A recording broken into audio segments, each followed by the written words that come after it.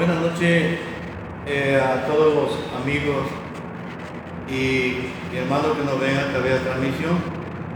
En esta noche vamos a compartir un tema, efecto del pecado. Pero antes de comenzar quisiera dar algunas indicaciones. En el Facebook hay una página que se llama Ministerio Unción del Espíritu Santo. Si usted quiere ver lo que se ha ido, todo lo que el tema que ha sido grabando ya aparece en la página, lo puede contactar a través de esta indicación. Se llama Ministerio Unción del Espíritu Santo y puede ver todos los videos que han sido transmitidos. En esta noche para ellos quiero leer en el libro de Romanos 6, 23. La Escritura dice de la siguiente manera: en el nombre de Jesucristo, porque la paga del pecado es la muerte, mas la dádiva de Dios es vida eterna en Cristo Jesús.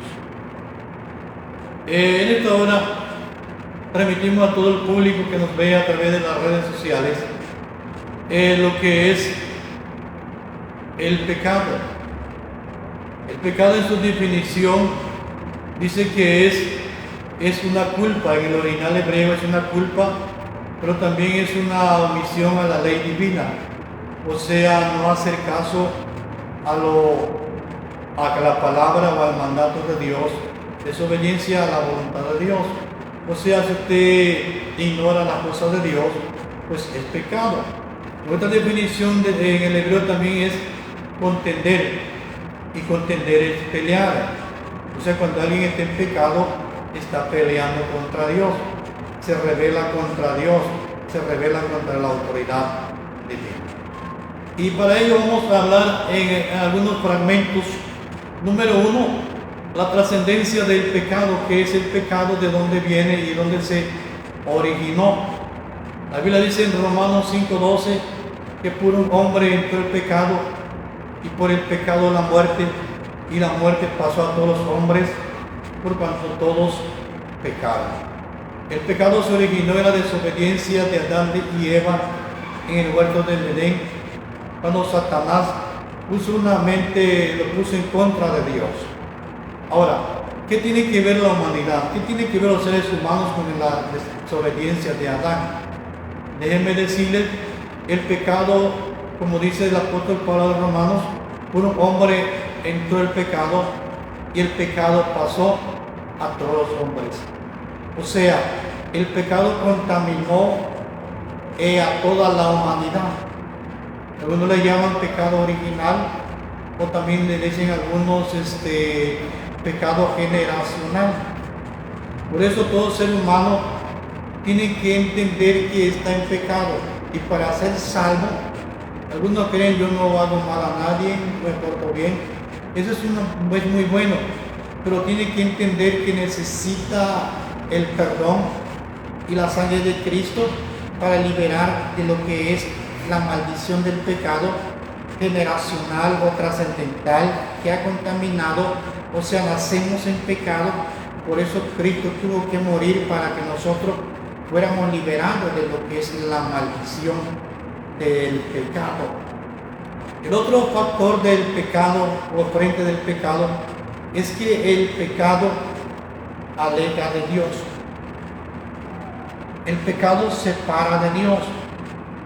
Y a veces pensamos que es Dios que se aleja de nosotros, pero es el ser humano que se aleja de Dios a través del pecado.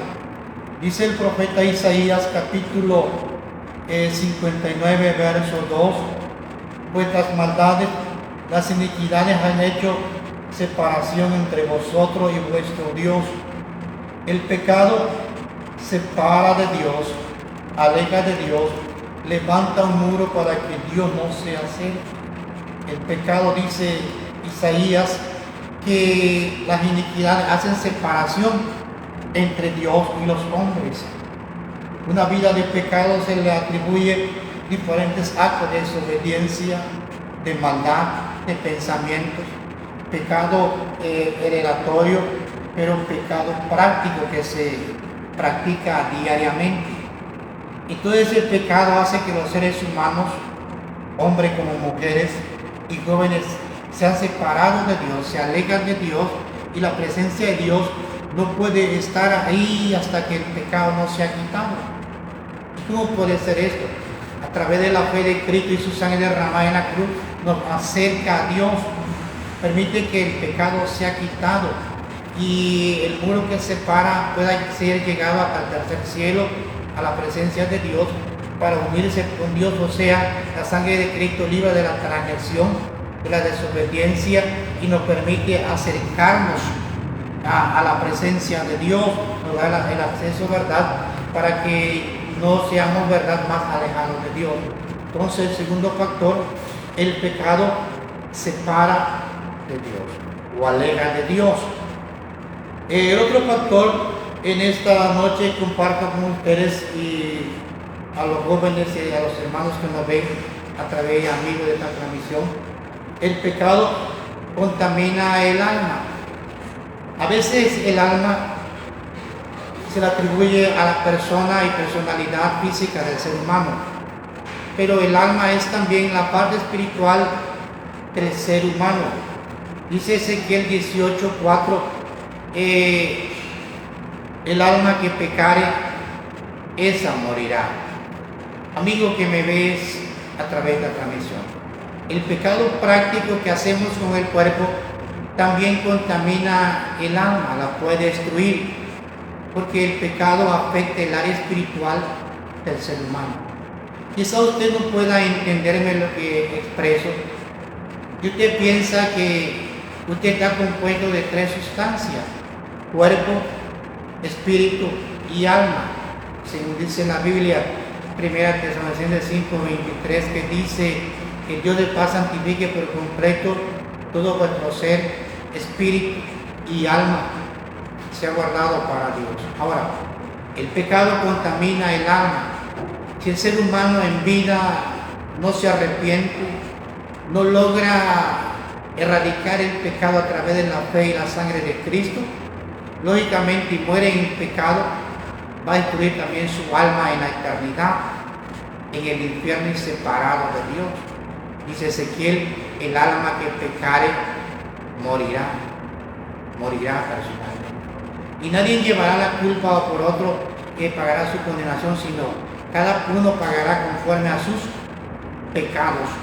Entonces, el pecado afecta el alma espiritual y hasta la eternidad. El alcance del pecado es destructivo y es completamente letal y mortal, por llamar así. Y el factor que quiero expresar en esta hora, ¿qué más efecto tiene el pecado? El pecado afecta también la salud. El pecado trae miseria, ruina y destrucción. Dice el profeta Isaías en su capítulo 1, en su verso 6, desde la planta de sus pies no hay cosa sana sino hinchazón y podrida llaga. Aquí las áreas internas que habla aquí la Biblia, les la voy a explicar, pero el pecado también afecta a la salud, afecta a toda circunstancia humana, porque el pecado destruye. Tal vez usted pensaba que el pecado es algo que no trae consecuencias, pero déjenme decirle algo a todos ustedes. El pecado a la vista humana o al cuerpo humano parece delicioso y fantasioso, pero el pecado es destructivo, el pecado es mortal y letal. Yo diría, el pecado es como un demonio que te va a destruir y te va a hacer pedazos.